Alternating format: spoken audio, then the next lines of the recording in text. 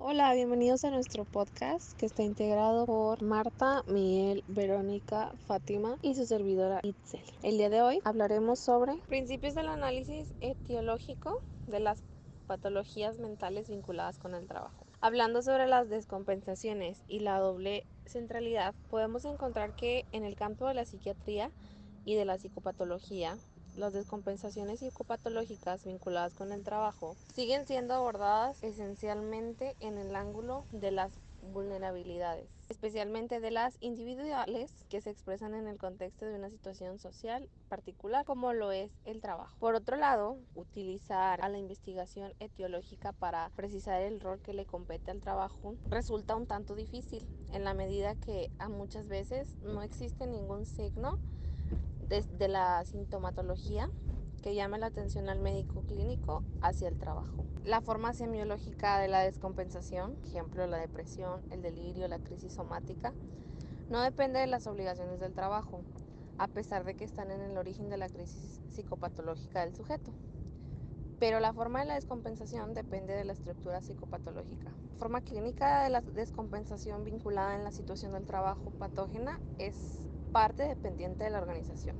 Hola, ¿qué tal? Muy buenas tardes, compañeros. Mi nombre es Esteban Escamilla y dando continuación con el tema, me toca hablar con respecto a la descompensación y análisis etiológico. Ese subtema habla de la centralidad del trabajo y cómo el ser humano lo enfrenta. Esto quiere decir que cómo lo lleva a cabo en su familia y en el trabajo, o sea, fuera y dentro del trabajo. No es lo mismo estar trabajando en un área donde tú eres el encargado y seguir con eso mismo en tu casa. Son cosas que debemos de separar, son cosas diferentes debido a que en el trabajo tu papel es diferente al que llevas en casa. Y eso también se puede derivar a la sobrecarga y al aumento de restricciones. Y hablamos con eso con respecto a que en ocasiones el trabajo te absorbe demasiado y en ocasiones debes de separar o te separas literalmente de tu familia o de tus personas que te rodean. Y esto puede ser debido a un miedo, el miedo a ser despedido o a no dar el trabajo que tú quieres dar. La descomposición puede desencadenarse cuando se pone en duda la articulación que existe entre la economía erótica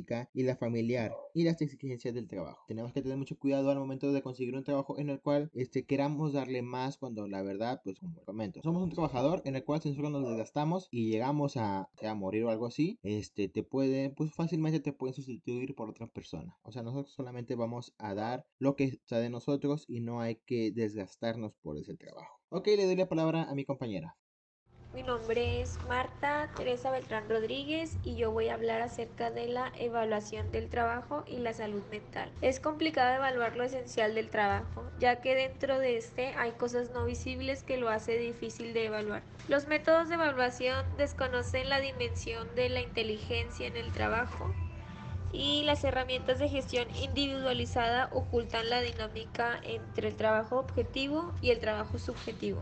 Para satisfacer los criterios de la evaluación, los individuos son llevados a movilizar su energía en las prácticas de reporting de la actividad y de la supervisión de las actividades realizadas por otros. Cuando se hace el trabajo a las carreras, un trabajo sin calidad, estamos desperdiciando de nuestro talento.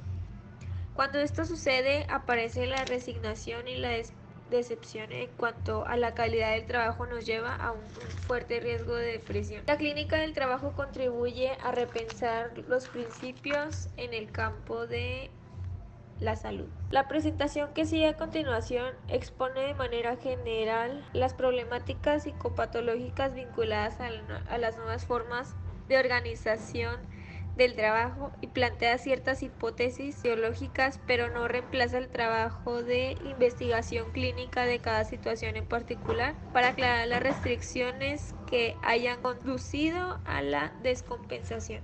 Hola, mi nombre es Fátima Cosme y yo les voy a hablar acerca de las patologías de la soledad. El tema que nos tocó vendría siendo entidades psicopatológicas vinculadas al trabajo. Lo que es la patología de la soledad se refiere más que nada como aquellos que tienen como un denominador de aislamiento o aquellos que recurren a pues trabajos como ya sea defensivos o colectivos contra los efectos de lo que es el sufrimiento y la las obligaciones del trabajo. También, pues como muchos sabemos, el sentimiento de soledad pues se genera cuando todas tus relaciones sociales no son como pues uno desearía. Uno no es psicológico. La gente que se siente sola con más frecuencia tiene más probabilidades de tener depresión, ansiedad y de sentirse en general más infelices. Entonces, para algunas personas la soledad puede convertirse en un efecto secundario de un problema de salud emocional, incluso aquellos relacionados con lo siguiente, que es el uso de sustancias, también aquellos que usan antidepresivos o aquellos que tienen un trastorno bipolar,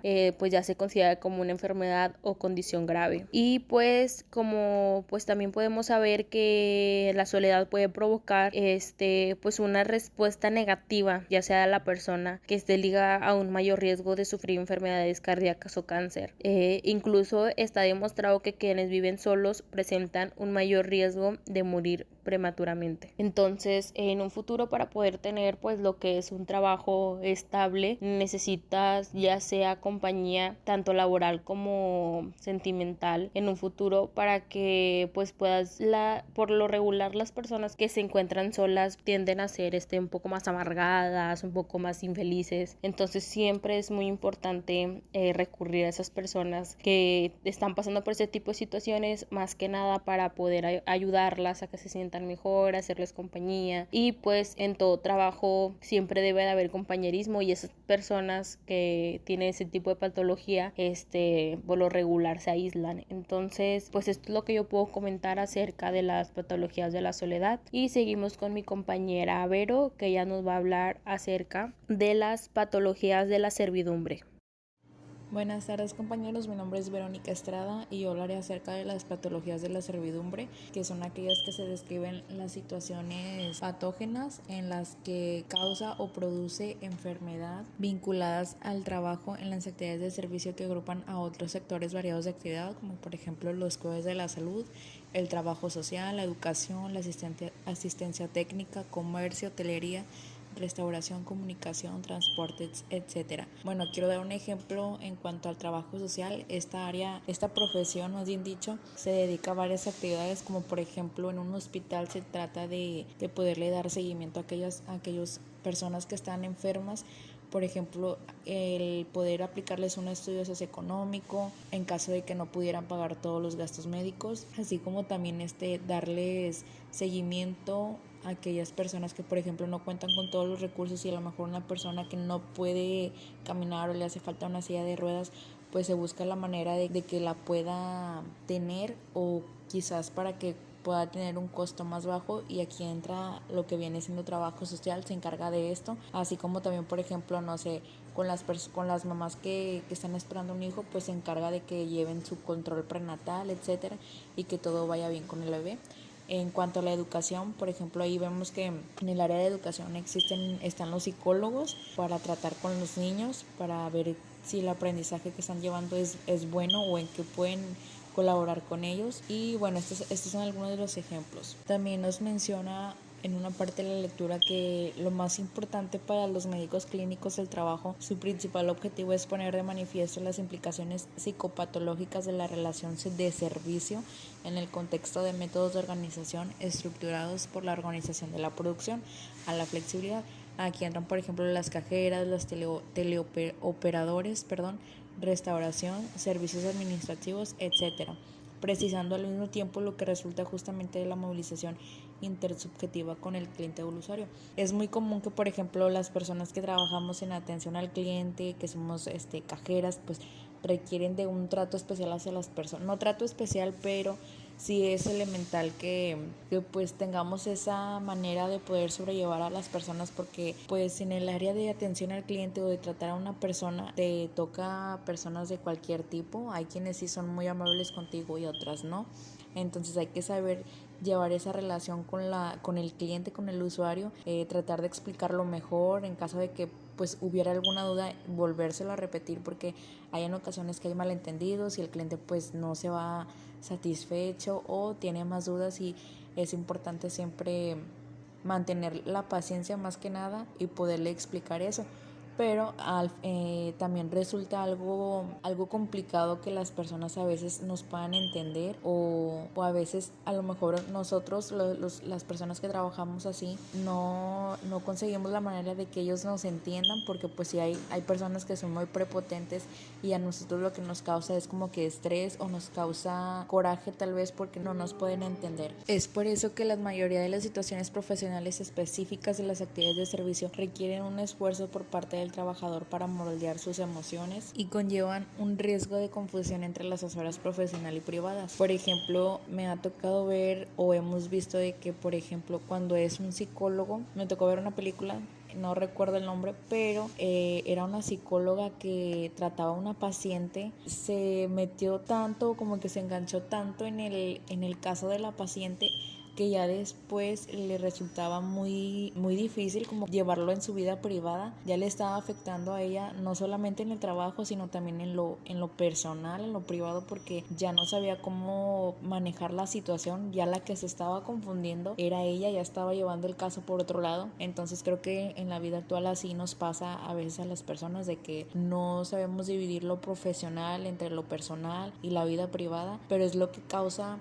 el trabajo de tanto estrés y no poder llevar la solución. Y bueno, ya para finalizar el último punto, el análisis de los vínculos entre actividad de servicio y salud mental requiere entonces la consideración de nuevas formas de dominación y de explotación de trabajo, pero también cierta consideración de las relaciones de género debido a las modalidades defensivas diferenciadas frente al sufrimiento y la vulnerabilidad.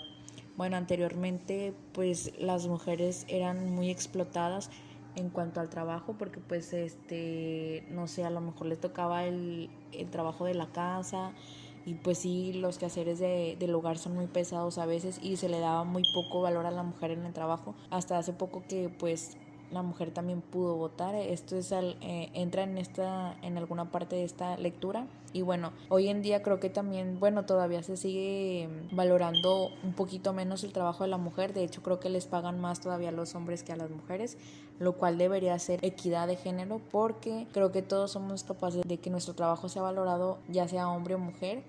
Todos merecemos lo mismo. Y bueno, en el campo de la psicopatología del trabajo, el médico clínico puede verse llevado a encontrar muchas de las entidades sistematológicas que se dan en la práctica clínica psiquiátrica y psicopatología, y cuyas principales variantes se presentan. Más adelante se presentarán, en la siguiente actividad se presentarán las principales variantes, y que ya hablaremos en otro tema.